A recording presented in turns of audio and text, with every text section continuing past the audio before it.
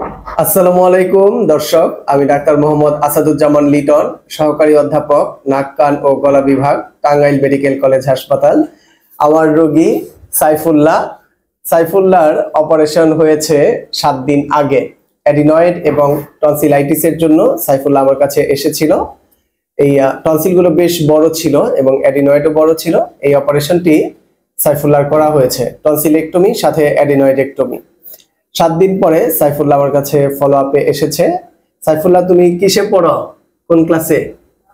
এই যে হেফজখানায় পড়ো। তোমার বাসা কোথায়? বল্লা, কালীহাতি, টাঙ্গাইল। আচ্ছা, তোমার এখন কোনো সমস্যা আছে গলায়? একটু জোরে বলো। আচ্ছা, তুমি আমাদেরকে একটা কোরআন তেলাওয়াত শোনাও, ঠিক আছে? আচ্ছা, আমরা একটু কোরআন তেলাওয়াত শুনি। দর্শক, এখন আমরা সাইফুল্লাহর কণ্ঠে কোরআন তেলাওয়াত শুনবো। আউযু বিল্লাহি মিনাশ শাইতানির রাজীম। বিসমিল্লাহির রাহমানির রাহিম। আলহামদুলিল্লাহি রাব্বিল আলামিন। আর-রাহমানির রাহিম। মালিকি ইয়াউমিদ্দিন। ইyyaka na'budu wa iyyaka nasta'in. Ihdinas siratal mustaqim. Siratal ladzina an'amta 'alaihim ghairil maghdubi 'alaihim waladdallin. Amin. Shadaqallahul azim. Assalamualaikum. মাশাআল্লাহ, আলহামদুলিল্লাহ। খুব সুন্দর একটি কোরআন তেলাওয়াত শুনলাম আমরা সাইফুল্লাহর কণ্ঠে। সাইফুল্লাহর অপারেশনের পরে গলার স্বরের কোনো পরিবর্তন হয়েছে?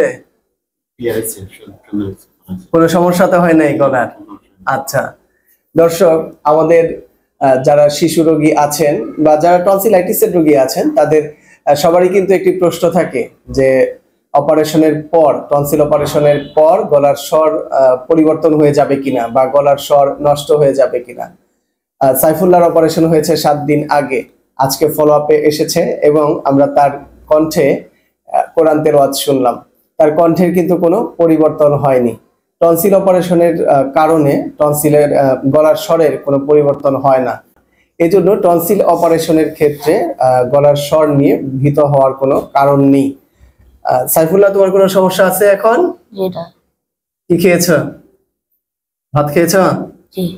আচ্ছা দর্শক, কারো যদি টনসিলাইটিস সমস্যা থাকে, বিশেষ করে শিশুদের যদি টনসিলাইটিস এবং অ্যাডিনয়েড সমস্যা থাকে, তাহলে অবশ্যই একজন নাক কান গলা বিশেষজ্ঞ চিকিৎসকের পরামর্শ নেবেন। সবাই ভালো থাকবেন। ভিডিওটি দেখার জন্য অনেক অনেক ধন্যবাদ।